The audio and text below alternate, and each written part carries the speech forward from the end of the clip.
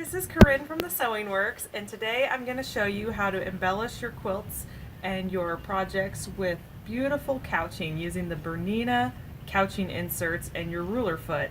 You can do both free motion designs like I've done here on the leaves, or you can follow straight lines and designs with your rulers at the same time. So come and join me and I'll show you how it works.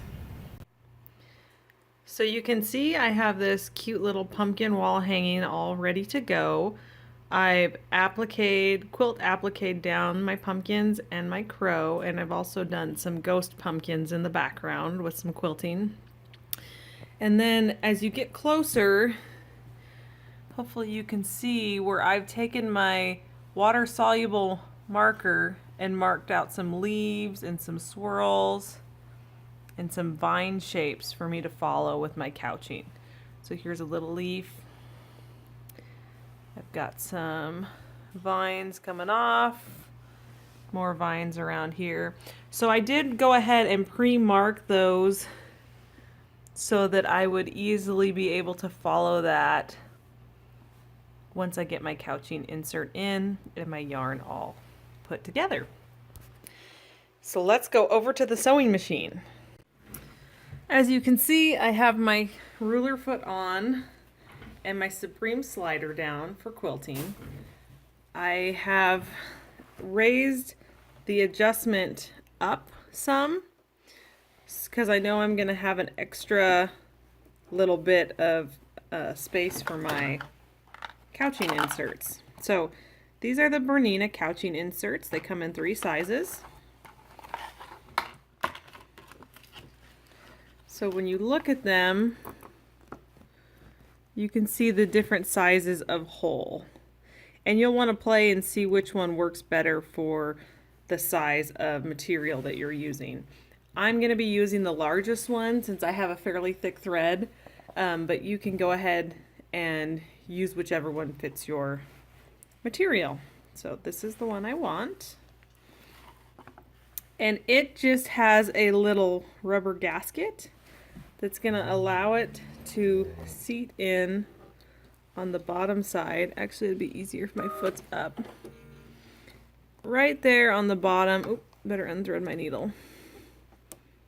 Just on the bottom of that foot. So now you can see when it comes down, I want to make sure that I have plenty of room to easily move around without impeding my motion. Normally, if I was going to use just the regular ruler foot, I wouldn't have it this high because I wouldn't have this extra space underneath. So I'll get rethreaded and then I'll show you how to run your yarn into your foot. It's really quite easy. I'm going to start right here at the top of this pumpkin. I've got my needle threaded. I'm kind of right at that juncture where I've marked. And the first thing I'm going to do is bring up my bobbin thread.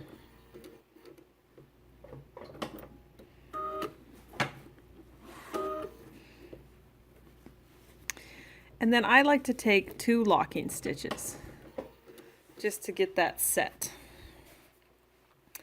Then I'm going to lift my needle. And this is the green alpaca yarn I'm using. You can see it's fairly thick. I'm going to take that yarn and pull it across so that I'm looping that top thread and sink my needle one more time. Bring my needle back up, and this time I'm going to kind of lift my foot, and at first it's a little bit of a tug since my yarn is fairly thick to get that through, and since that's just seated with a rubber gasket, I like to kind of hold on to it. As I pull that through, get it all kind of lined back out. Now I'm going to go right back to where I started and sink my needle. I'm going to end up pulling this tail of yarn to the back of my project or snipping it off. So I'm going to go ahead and take a couple of locking stitches on the yarn and snip my original tails. And now I'm just going to kind of keep the yarn out in front of me as I follow those shapes.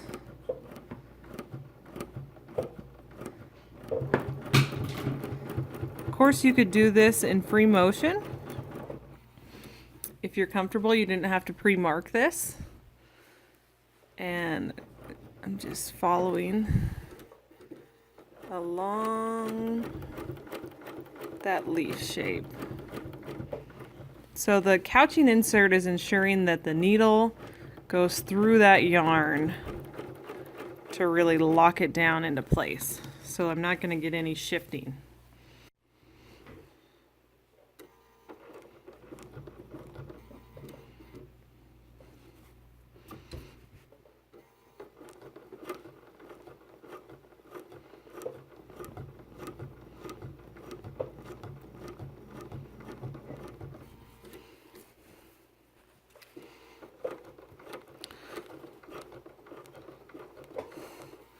So you can see I can go over myself without much of a problem.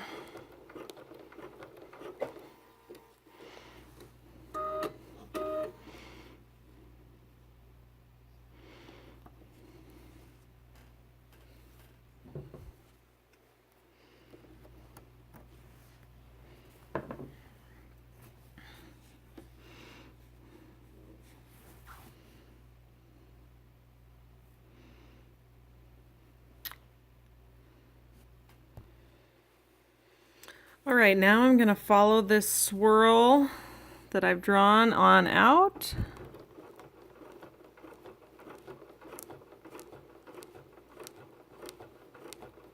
Just going nice and slow to follow my lines. It also helps to kind of keep by going slow, I can keep the yarn laid out nice and gently ahead of me.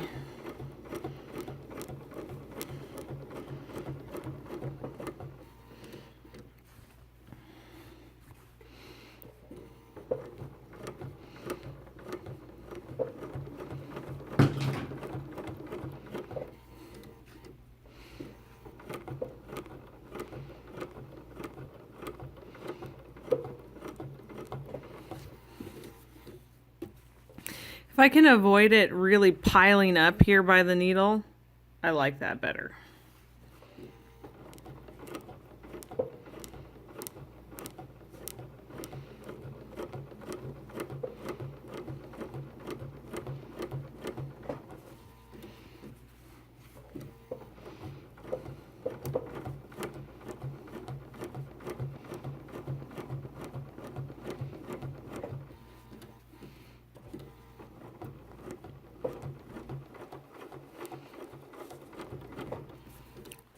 Gotta watch that pile up.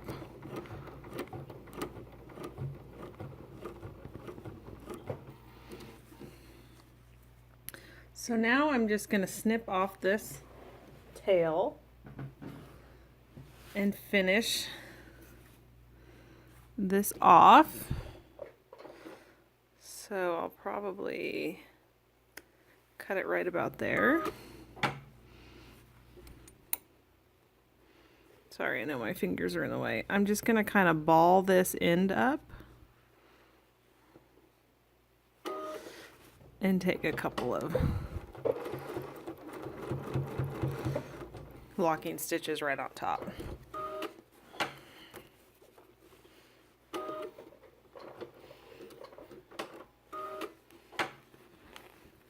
That's one of the reasons why I like to match my thread to my project. So you can see there's one part of the design done. Go ahead and do the rest of the swirls and show you how it turns out. Of course, the other added bonus of using the ruler foot for couching is that I can use rulers with it. So now that I've got my leaves done, and I'll show you that in a minute, I'm going to show you how slick this is to get a nice straight line here using my ruler foot and my rulers. Of course, you could do something a lot more dynamic than a straight line, but I'm just trying to give this edge just a little bit of pop.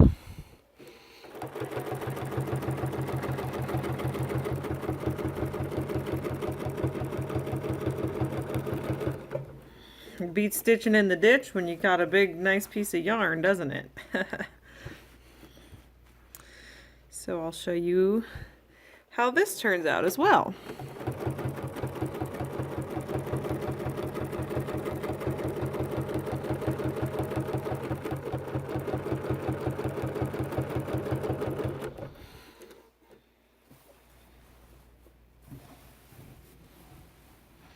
Turn my corner.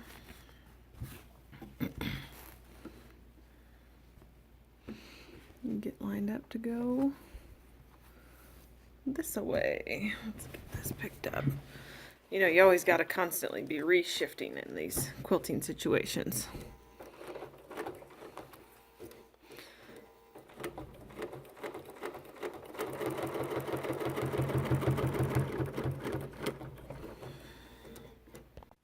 Next, I want to do some lighter couching on my crow. And so I'm going to use this kind of sparkly Suspargo thread. And actually, I guess it's Wonderfill Dazzle is what it's called. And so it looks to me that I'm going to use the smallest one of my couching inserts this time. So put these other two away so I don't lose them because they are small. Got to keep track of those little babies. And again, I'm going to have to raise this up just a hair.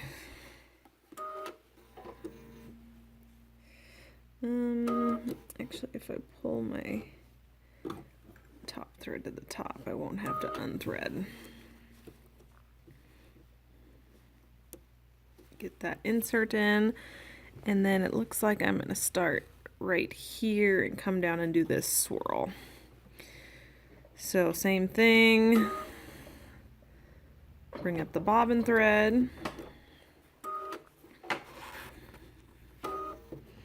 do a couple of locking stitches, come up, gonna take this tail, make a loop with my top thread, then I'm gonna pick my needle up and pull that to the bottom.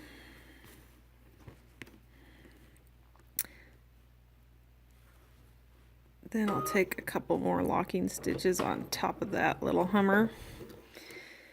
And now I'm just going to follow this guideline, trying to stay nice and smooth. Keeping that thread just laid out there in front of me as I go.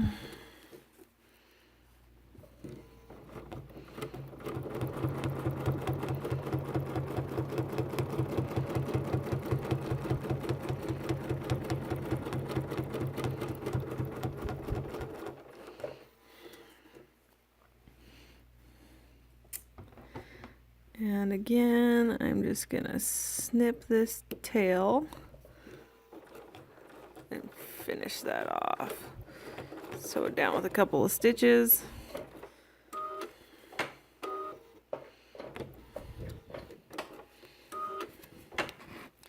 Tie off my threads. If I need to trim up some of that extra fuzz at the end, I can, or I can put a dot of fray check on there. Then I'm going to start on the top swirl. Same process. Got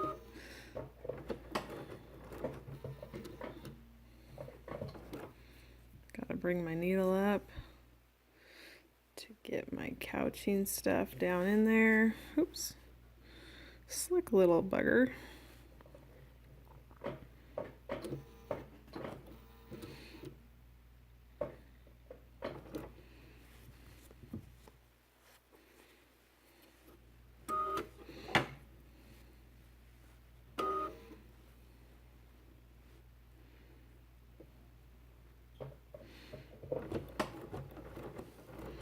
Oops. Now I've gone and pulled it right out. Thought I was locking it in. Try that again.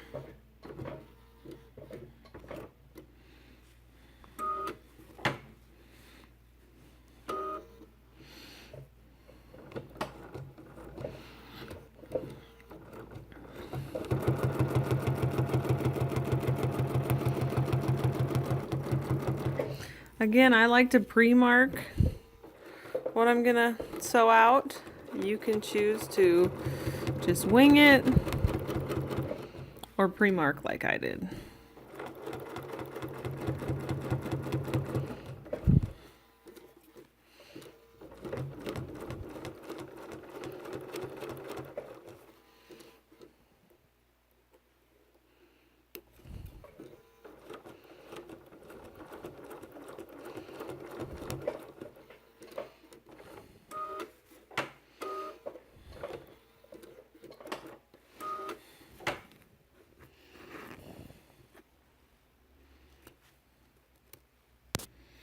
That's just gonna give my crow some depth. Do another one on his face and one more on his butt, and then I might put some little thread knots on the edges of him to make him look tougher. So finish that up and show you what I got. It is all done. You can see that I added some more quilting in the process in the background to help my ghost pumpkins kind of stand out, and I also quilted the borders as well. But you can see how that beautiful yarn and different materials in my bird have really made this project pop. Call me if you have any questions, and have fun creating your own designs. Thanks.